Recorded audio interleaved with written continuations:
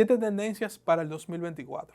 Así hemos catalogado a esta serie de programas especiales que presentaremos en Líderes durante la Navidad y el Año Nuevo, donde llevaremos a ustedes las tendencias que grandes expertos de nuestro país visualizan para temas importantes como temas empresariales, temas internacionales, temas políticos, temas deportivos, temas medioambientales, temas tecnológicos y temas educativos. Hoy vamos a conversar con nuestro primer invitado en este especial de 7 tendencias para el 2024, que lo es César Dargam, vicepresidente ejecutivo del Consejo Nacional de la Empresa Privada CONEP, con quien abordaremos 7 tópicos que son de interés para nuestro país de cara al año 2024 y quizás también un poco más hacia adelante. Espero que disfruten esta entrevista y que sobre todo puedan analizar la importancia de estos temas que traemos en esta edición especial.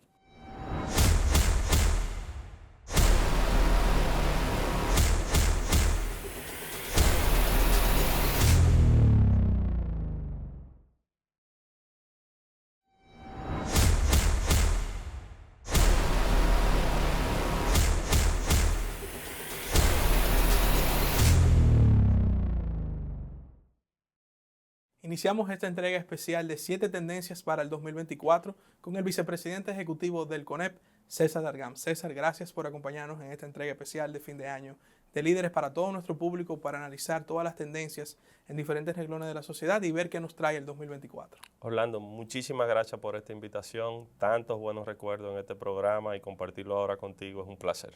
Gracias, César. Queremos comenzar primero, la primera pregunta, son 7 preguntas a propósito de las 7 tendencias y vamos a abordar diferentes aspectos de cómo el empresariado visualiza temas importantes para la República Dominicana de cara al 2024 y un poco más hacia adelante. Pero quiero comenzar nuestra primera pregunta, César, sobre la convención empresarial que recientemente finalizara el CONEP. Lo realizan cada 4 años, fue la 10ª convención empresarial y las conclusiones que ustedes presentaron ante la sociedad pues develan un porvenir interesante desde la óptica empresarial para la República Dominicana. ¿Cuáles fueron esas grandes conclusiones de la Convención Empresarial?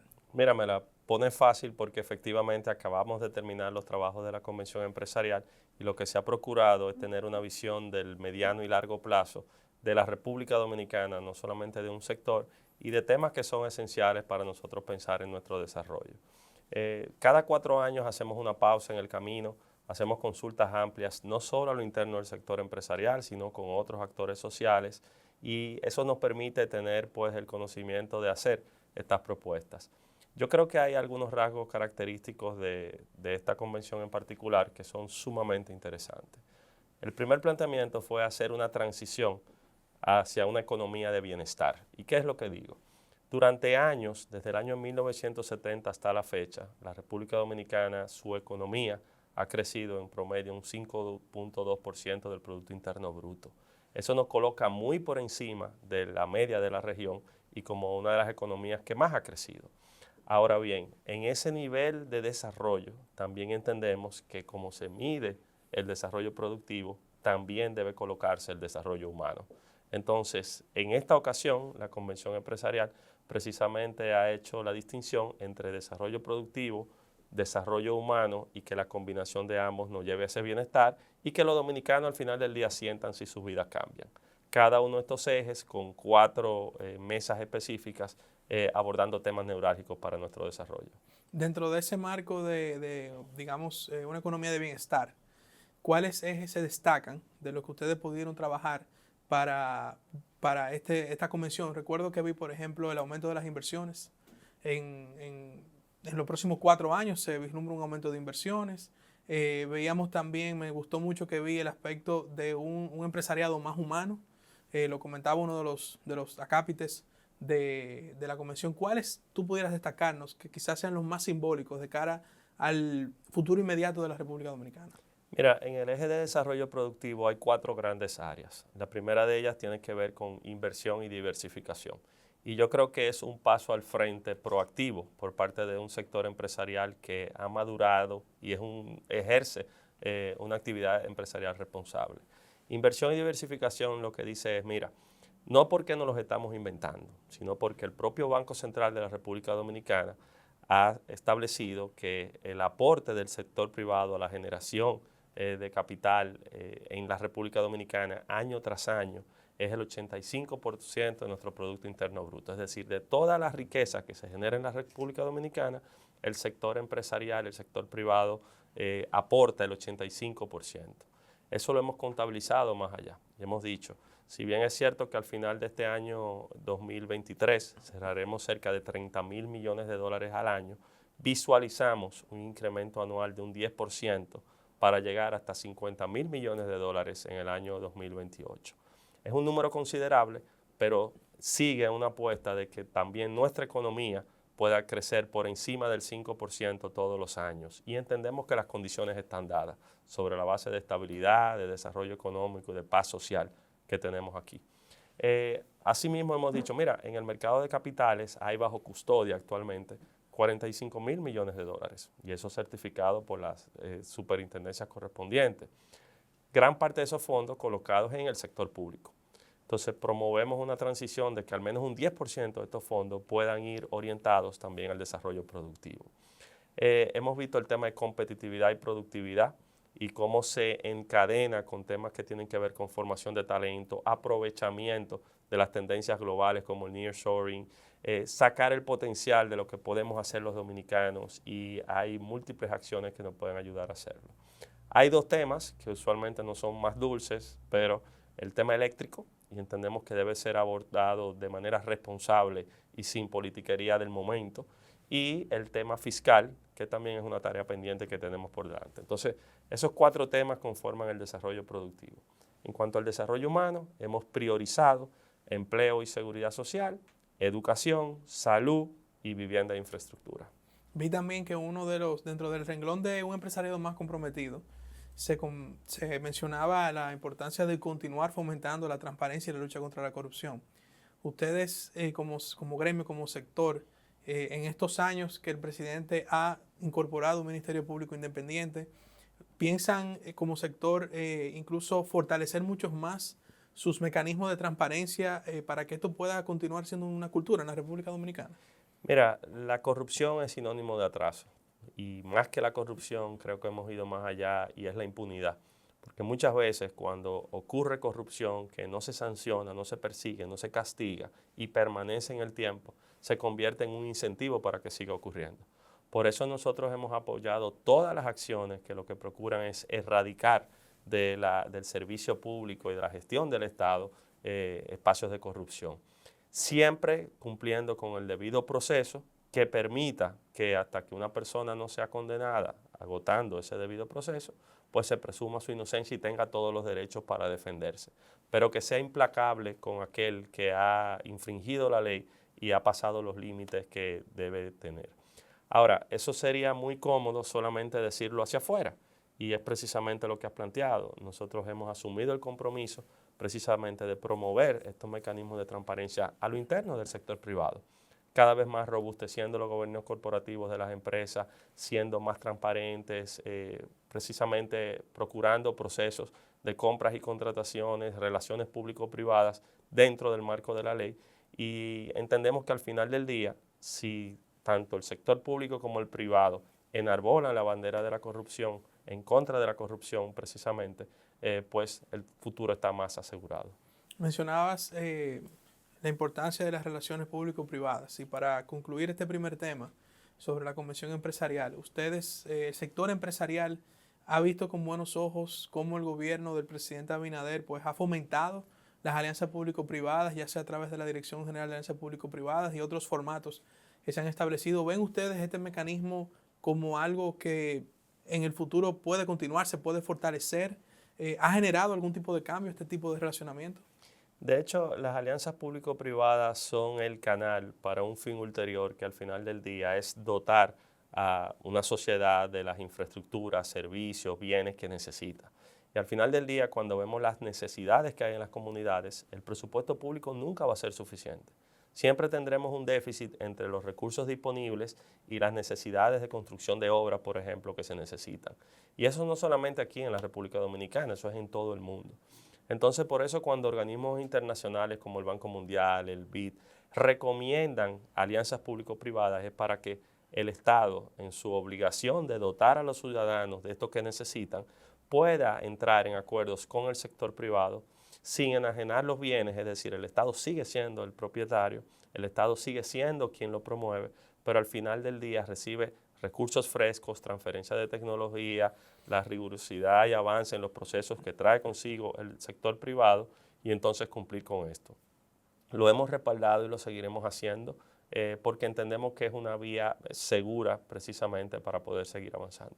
Pasando al segundo tema de este conversatorio con César Dargam, el año que viene tenemos elecciones. Es un año electoral.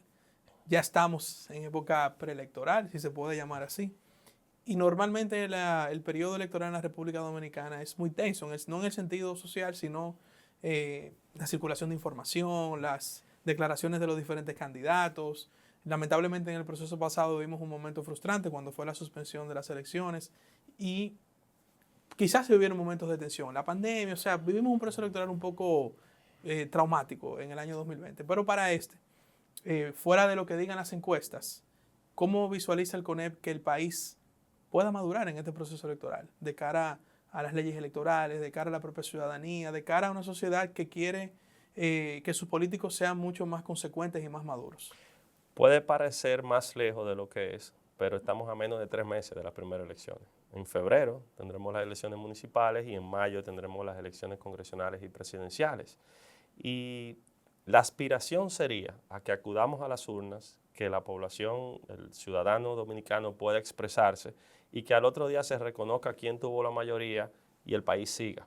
De hecho, en las elecciones pasadas tuvimos una reunión con la misión de observadores de la OEA y decían, ¿cómo ustedes ven el proceso?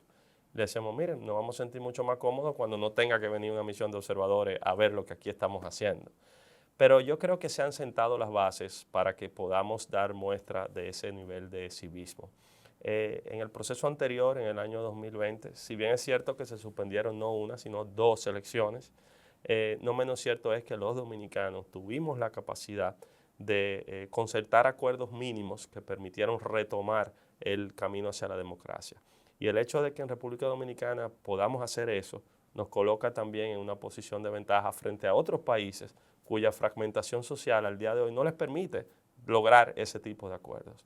Entonces, yo creo que con una sociedad más empoderada, más informada, con más compromiso, con una Junta Central Electoral que hasta este momento ha venido cumpliendo con el mandato que le establece la ley en cuanto a los plazos y los procedimientos, con partidos políticos que ojalá continúen enmarcándose también en el espacio de la transparencia en cuanto al uso de los recursos y elevando el debate para que sean propuestas las que se discutan de cara a las elecciones, pues de continuar en este mismo camino, ojalá este sea un proceso del cual una vez más podamos sentirnos orgullosos. ¿Crees que en este proceso puede haber algún riesgo de populismo, algún riesgo de división social, algún riesgo de algún factor que pudiera perjudicar la tranquilidad del proceso? Yo creo que nada debe perjudicar la tranquilidad. De hecho, no podemos hablar de democracia sin respetar la diversidad. Y yo creo que pueden haber diferentes expresiones en diferentes tonalidades. Pero al final del día, las propuestas que vayan orientadas realmente a mantener la estabilidad que tenemos en la República Dominicana, a generar un clima de confianza como el que hemos tenido en los últimos años, deben ser las que reciban ese respaldo. ¿Ustedes creen que los partidos políticos para este proceso han demostrado quizás un poco más de madurez que en los anteriores, filtrando los precandidatos, siendo más rigurosos con los gastos, controles y transparencia, el ámbito discursivo, dialéctico del propio proceso? ¿Crees que han madurado para este proceso los partidos? Yo creo que esa transición dentro del marco legal vigente ha ido avanzando. De hecho, hemos tenido diferentes modalidades de selección de los candidatos y si bien es cierto, ha habido uno que otro cuestionamiento en el Tribunal Superior Electoral, al ojo por ciento, porque no tengo el número específico, creo que son muchos menos que lo que ocurría antes. Entonces, al final del día, que todo el mundo tenga la oportunidad de presentarse a un proceso, de someterse a un escrutinio, de ser seleccionado, da una muestra de la solidez de nuestra democracia. Entonces, los partidos políticos son esenciales y más que apostar a su debilitamiento o desaparición, lo que tenemos que lograr es que continúen en un proceso de transformación y modernización y que sigan en contacto y conecten con la realidad de la sociedad en la que estamos viviendo.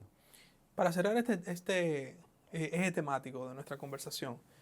Eso que mencionas de fortalecer el sistema de partidos y viendo la región cómo está, que en la gran mayoría de los países de Centroamérica y Sudamérica, el populismo, la falta quizás de un sistema fuerte de partidos ha provocado una erupción de candidatos, presidentes, yo diría que sin ningún fondo realmente de base política, de estructura, y ya hemos visto cómo está la región. El empresariado dominicano está consciente de la importancia de apoyar el sistema de partidos actual para evitar nosotros convertirnos en una Nicaragua, en una Venezuela, en Colombia, en otro de los países que ahora mismo está sufriendo es precisamente ese desvanecimiento del sistema de partidos. Orlando, esta es parte de la discusión cotidiana en una institución como el CONEP, que acaba de cumplir 60 años. Justamente nació en un momento de turbulencias en nuestra democracia. Esa transición postdictadura, derrocamiento del gobierno del profesor Juan Bosch, y previo a las elecciones, primeras elecciones democráticas con posterioridad en el año de 1966. Desde el 66 hasta la fecha, nosotros hemos podido acudir a elecciones sin interrumpir mandatos presidenciales, y aquí ha habido una democracia que con sus fortalezas y debilidades avanza. Si nosotros echamos un vistazo a la región, desde México hasta Chile, México, Centroamérica, Suramérica, el Caribe, ningún país puede exhibir lo que nosotros hoy podemos exhibir aquí. Ese es nuestro principal tesoro que tenemos que cuidar. Sin estabilidad y sin confianza, nada de lo otro es posible. Entonces, por eso la apuesta es a precisamente fortalecer la democracia, fortalecer los partidos políticos, promover un debate claro de cuáles son las propuestas que se están sometiendo al escrutinio y que al final del día, quien tenga mayor conexión con lo que la mayoría entiende, pues pueda desarrollar la gestión que se le encomiende. Estamos conversando con César Dargan, vicepresidente ejecutivo del CONEP. Vamos a una pausa y regresamos en breve.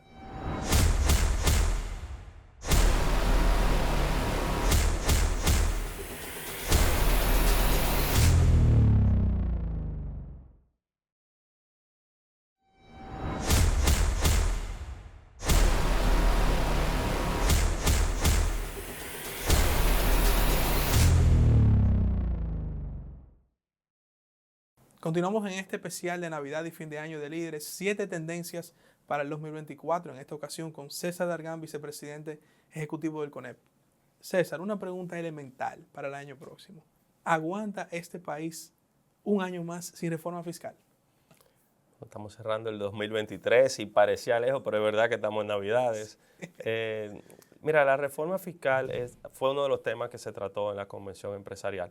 Porque contrario a lo que se cree, yo creo que existe precisamente un nivel de conciencia de cuál es la situación de la República Dominicana. No de ahora. La Estrategia Nacional de Desarrollo mandó a concertar un gran pacto fiscal. ¿Cuál es la realidad nuestra? Que todos los años la República Dominicana cierra en su operación con un déficit. Es decir, como país, el Estado gasta más de lo que entra. Y cuando ese déficit crece en el tiempo, pues necesita algún tipo de atención. Por eso abordar el tema fiscal de manera integral es fundamental que ocurra tan pronto las condiciones así lo permitan.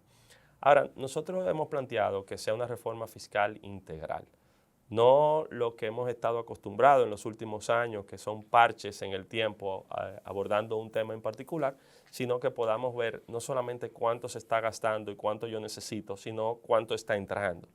Y ahí la primera pregunta es, ¿cuál es el Estado que yo quiero? ¿De qué tamaño es? Y ojalá la aspiración fuese a tener un estadio tan grande como sea necesario y tan pequeño como sea posible. Ojalá tengamos también la capacidad de recortar gastos innecesarios que en estos momentos ocurren. La República Dominicana no aguanta continuar subvencionando un hoyo como el que genera el sector eléctrico todos los años. Son miles de millones de dólares que se han quemado porque precisamente hemos sido ineficientes en gestionar un sistema fundamental para nuestro desarrollo. Tenemos que revisar quién está pagando, cuánto está pagando, qué podemos hacer para lograr reducir la informalidad en la República Dominicana. Hoy ronda el 57%, es decir, más de la mitad de nuestra economía opera en la informalidad. Y cuando nosotros vemos por segmentos de empresas, por ejemplo, en las MIPYMES, es más común la informalidad, a veces por desconocimiento, a veces por complejidad del sistema, pero a veces también por los costos que conlleva la formalidad. Entonces, debe producirse esta conversación, debemos ver al futuro que queremos, pero abordarla de manera integral, porque de lo contrario, gestionar más recursos para gastarlo de la misma forma nunca será suficiente. Tú sabes que siempre disfruto los debates entre economistas y empresarios, porque hay gente que cree que un economista es un empresario y que un empresario es economista, pero la verdad es que muchas veces la visión de la producción contra quizás alguna teoría económica es bastante diferente.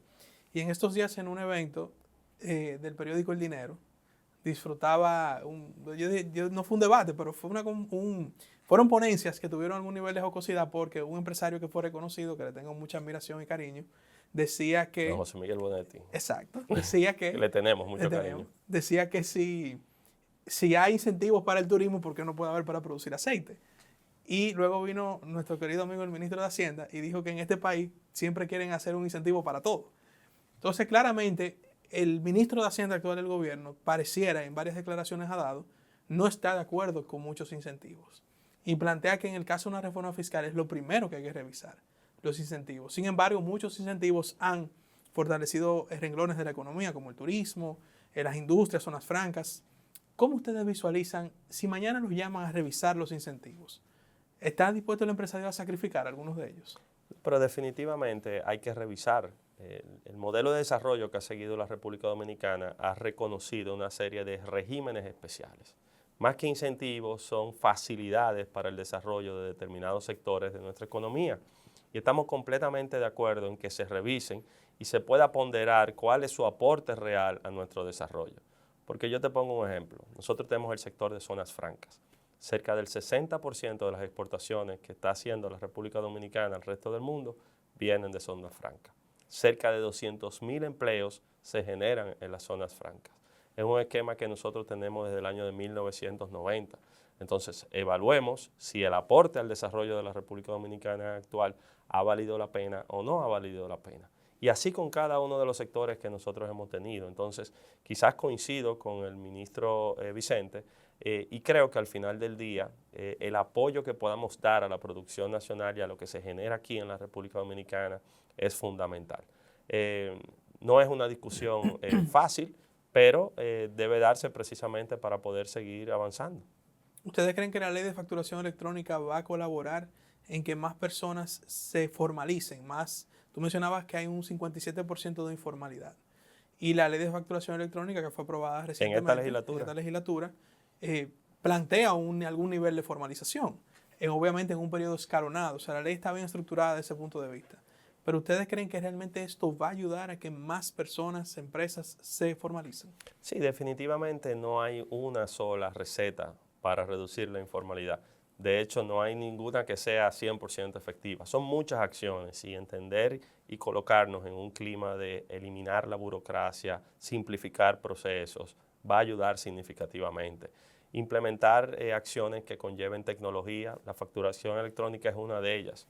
No estamos siendo pioneros, ya muchos países durante mucho tiempo la han implementado.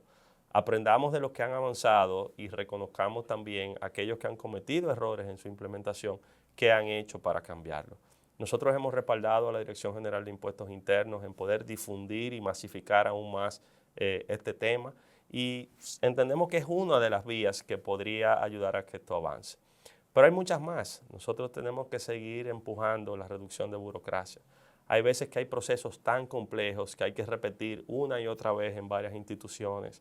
Hay veces que los documentos y requisitos que tú tienes que presentar para una determinada autorización a veces es muy tedioso. Entonces, en esta época ya de modernidad, lo que tenemos que seguir, y se puede. Nosotros vemos, por ejemplo, cómo la Dirección General de Aduanas ha dado muestra de eficiencia a través de automatización de procesos, de transparencia.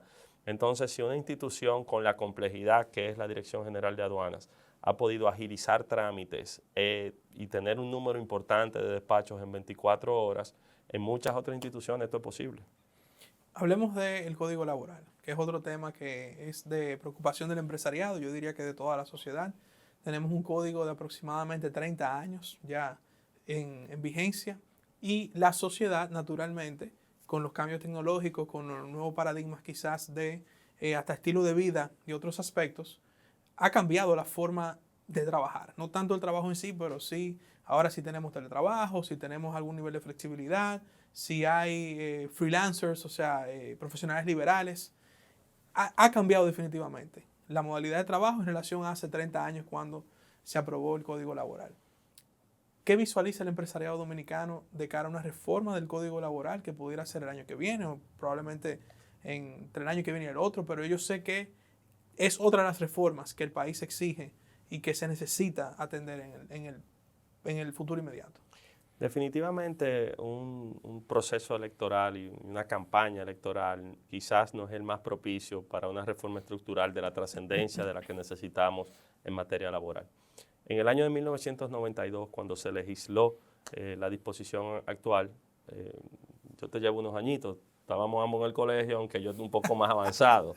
Era un país completamente diferente al que nosotros estamos viviendo hoy. Muchas veces se ha pensado que la visión del sector empleador es modificar el código por un tema en particular, y le pongo nombre, que es la cesantía, pero realmente se procura cosas que van mucho más allá. Mencionaba las nuevas modalidades del trabajo. El año antes de la pandemia, en el 2019, 2020, la Organización Internacional del Trabajo celebraba su centenario y el lema fundamental era el futuro del trabajo.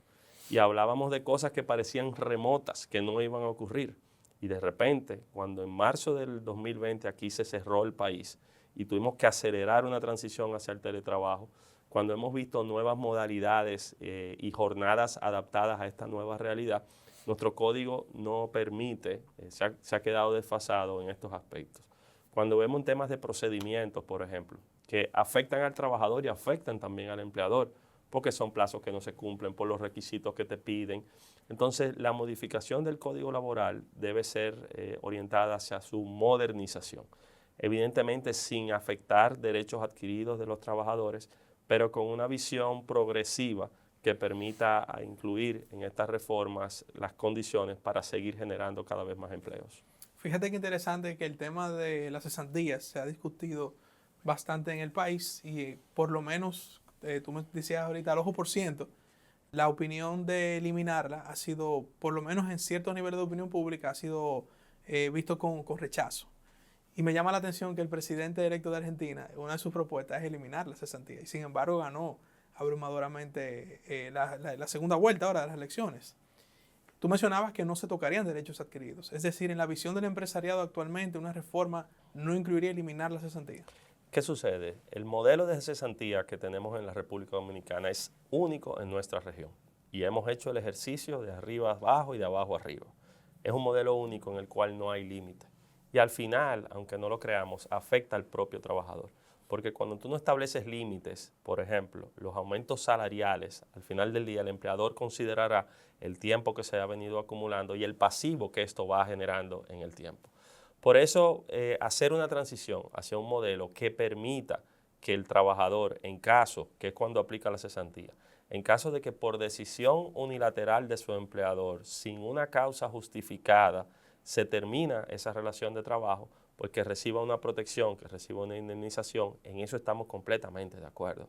Pero bajo el modelo actual, que es lesivo, por ejemplo, a micro y pequeñas empresas, pero también afecta a las grandes empresas en su flujo, y al final del día los propios trabajadores no siempre reciben lo que les corresponde por la incapacidad operativa que tienen las empresas en este sentido. Entonces nos resta competitividad, disminuye la productividad y al final del día es una retranca. Entonces, no la eliminemos, pero entremos en una conversación seria que permita discutir qué conviene. Y hay muchas opciones. Conviene establecer tope de años, tope de salarios, crear un fondo, crear un seguro. Hay muchas opciones que podemos ver. Lo que no podemos es cerrarnos a una conversación que nos permitiría estar acorde con los pares de la región. Hay una tendencia de que las nuevas generaciones, la generación Z sobre todo, quizás es la generación que ya está entre la brecha de 17 a 25 o 26 años, no dura mucho en el trabajo como empleado. O sea, no hay una permanencia, quizá como en otras generaciones, que habían empleados que duraban hasta 10 años, por decirte un número. en una empresa. ¿Eso está afectando en este momento el flujo de colaboradores de las empresas? Tú no puedes tener un colaborador, digamos, por la propia conducta de la generación. Y la presencia de una gran cantidad de trabajadores liberales, profesionales liberales, está cambiando un poco la tendencia del empresariado, de las empresas, los negocios en este momento. El nivel de rotación es y eso se ha requete estudiado, es un rasgo característico de las generaciones más jóvenes, por múltiples razones, precisamente porque buscan nuevas oportunidades, porque al final del día estar permanentemente haciendo lo mismo no les satisface. Entonces, hay múltiples razones por las cuales la rotación en las generaciones más jóvenes es mayor. Sin embargo, eso también puede ser una grandísima oportunidad. Cuando se hablaba del futuro del trabajo y se hablaba, por ejemplo, de la automatización, se entendía que por inteligencia artificial, robots, líneas completas de producción iban a desaparecer. Lo que ha ocurrido, sobre todo en los últimos 5 años, es que efectivamente eso ha agregado eficiencia a los modelos de producción, pero ha generado otras fuentes de empleo. Ha generado, por ejemplo, una necesidad de programadores, de ingenieros, de matemáticos, o en carreras que habían venido perdiendo espacio como la agronomía, la veterinaria.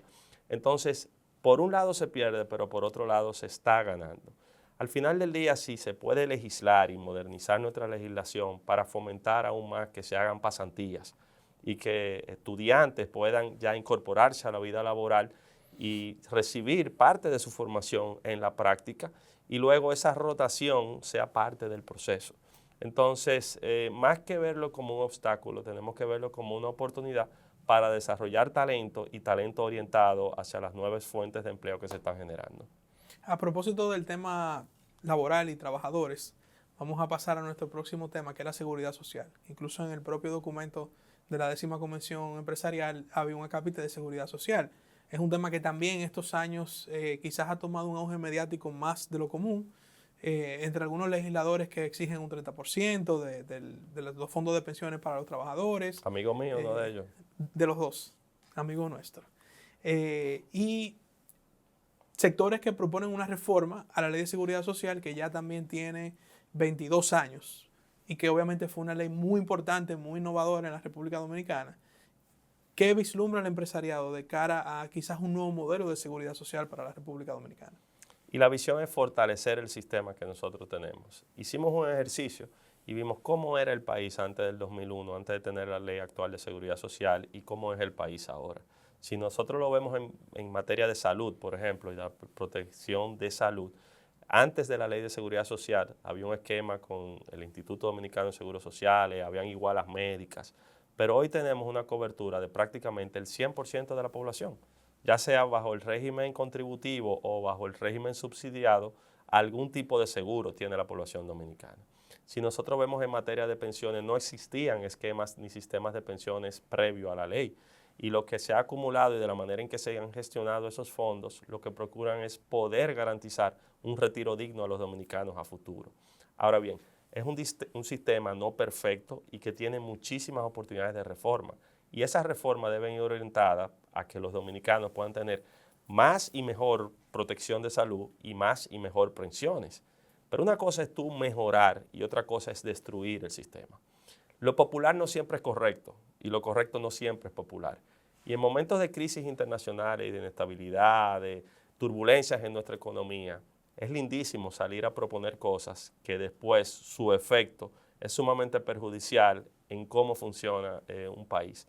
Entonces, por eso lo que quisiéramos es entrar en una discusión objetiva, no apasionada, que permita introducir las mejoras que requiere nuestro sistema para hacerlo mucho mejor.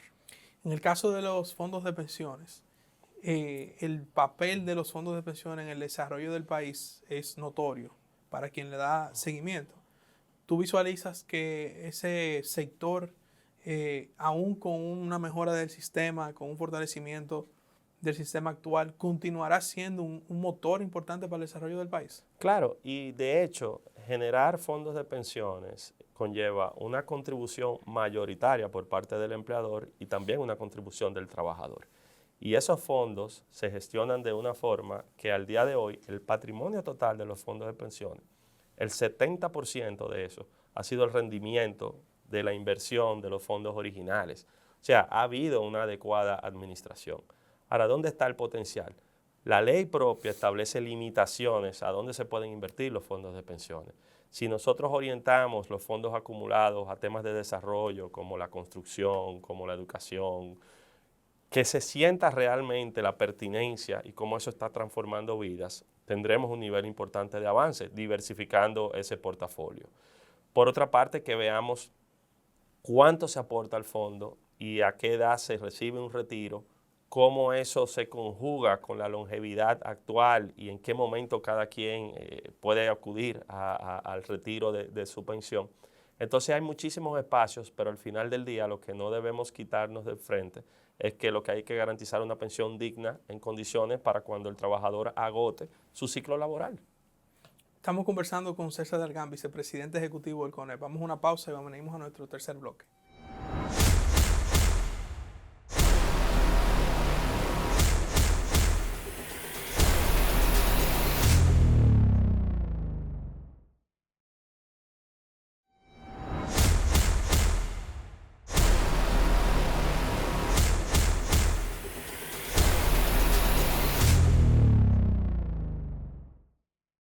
Continuamos nuestra conversación con César Dargan, vicepresidente ejecutivo del CONEP. Hemos conversado sobre la convención empresarial, sobre las elecciones del 2024, sobre la reforma fiscal, la reforma laboral y la seguridad social. Ahora, un tema que genera, digamos, diferentes emociones para los dominicanos es el tema eléctrico.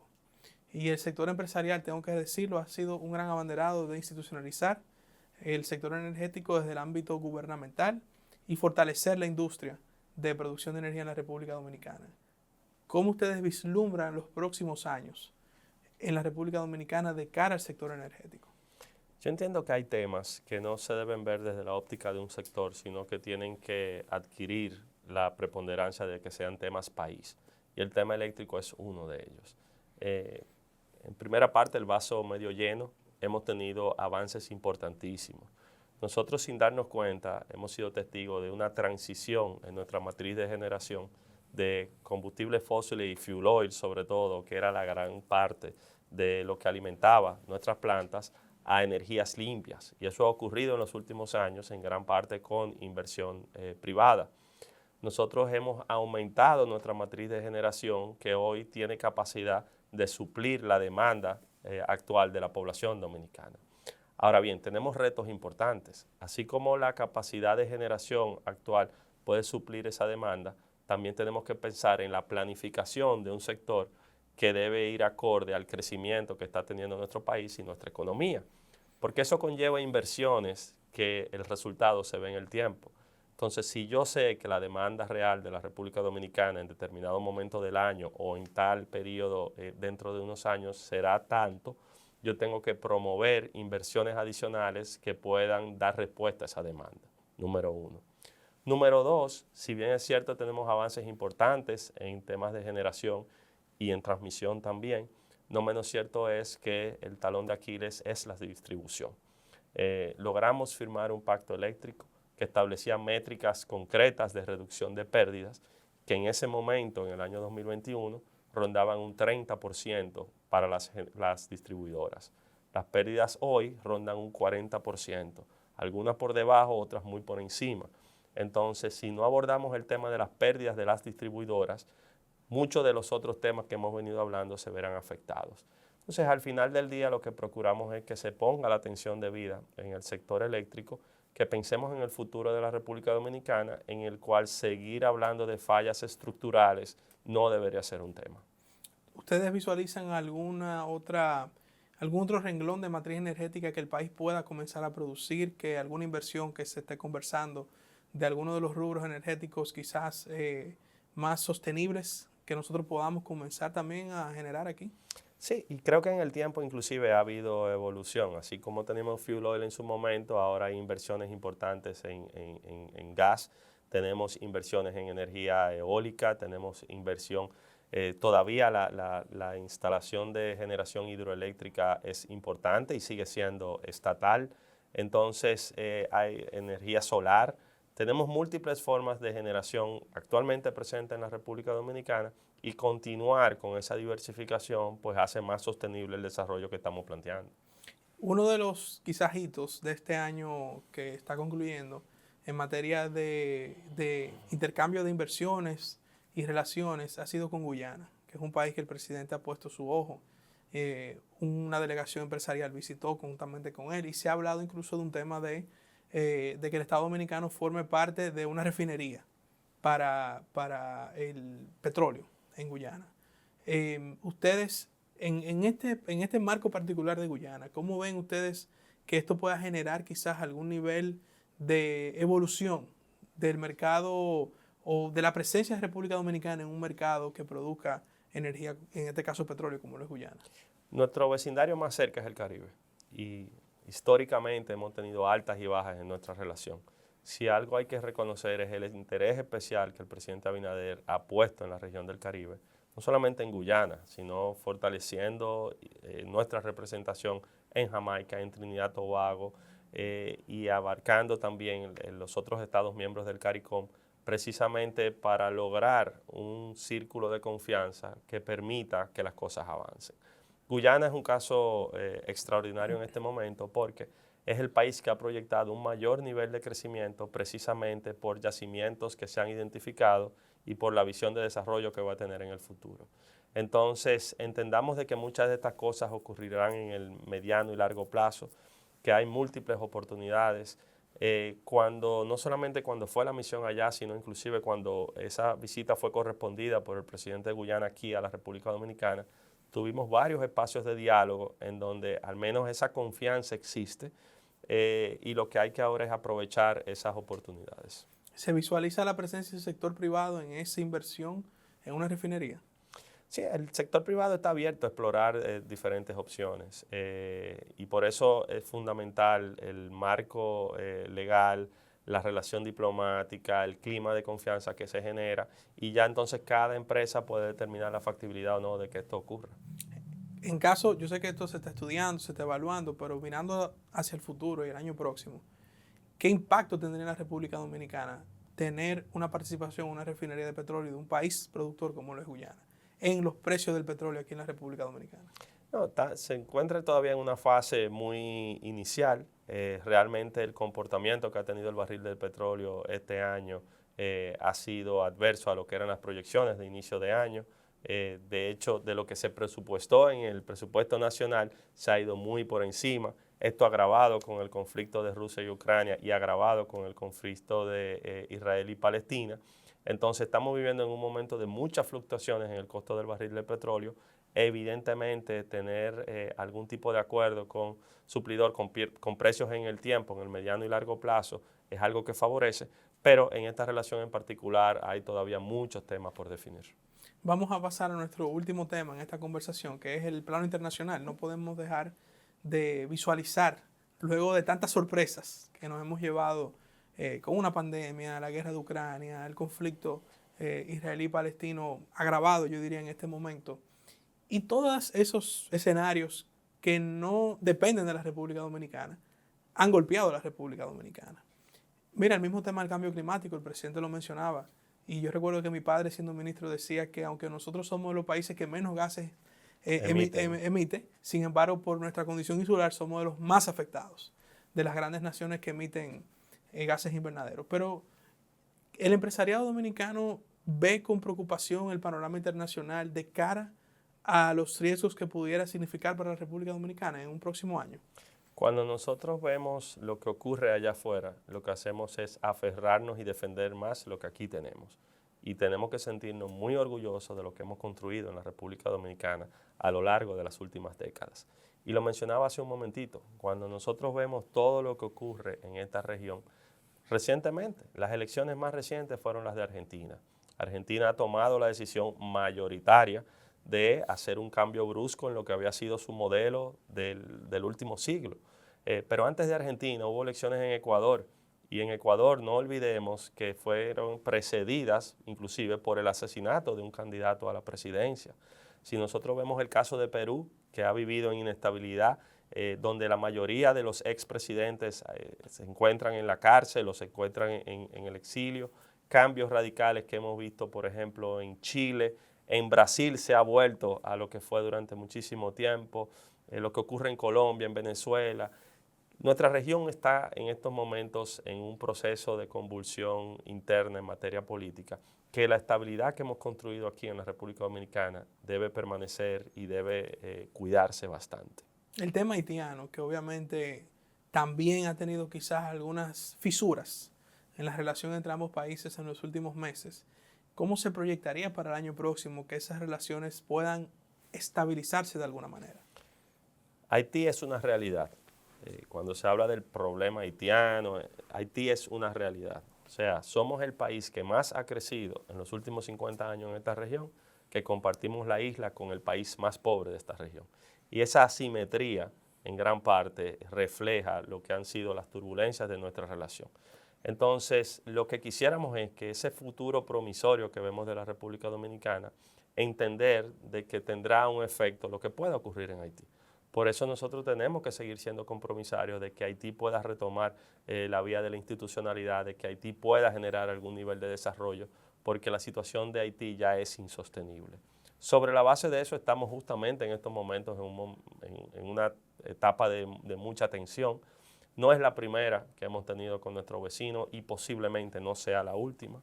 El tema comercial, económico es secundario. Hemos respaldado las medidas que ha tomado el gobierno para garantizar la defensa de nuestra soberanía y del interés nacional, pero entendemos que debe seguirse todavía agotando los canales diplomáticos y del diálogo para buscar soluciones. Y lo que a ambos países beneficiaría es que fomentemos aún más el comercio formal, que llegó a superar los $1.000 millones.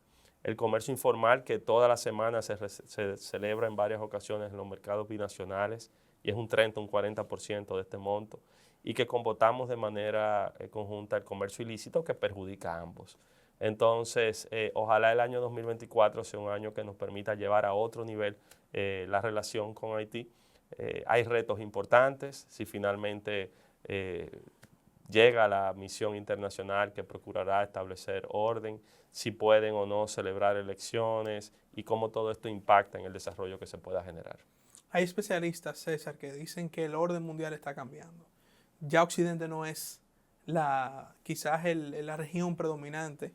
Vemos una China mucho más agresiva, Rusia dentro de, digamos, de su accionar un poco más agresiva, Medio Oriente tomando un papel preponderante, incluso a nivel empresarial, mucho capital fluyendo hacia los Emiratos Árabes Unidos y otras naciones que se encuentran, Qatar, otras naciones que están en Medio Oriente.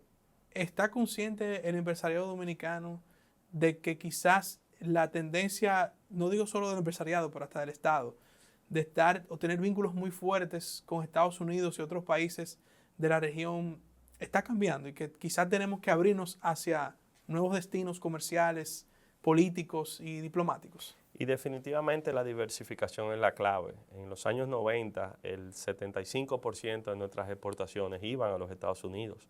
De hecho, cuando suscribimos el DR-CAFTA en el 2004, esa era la proporción.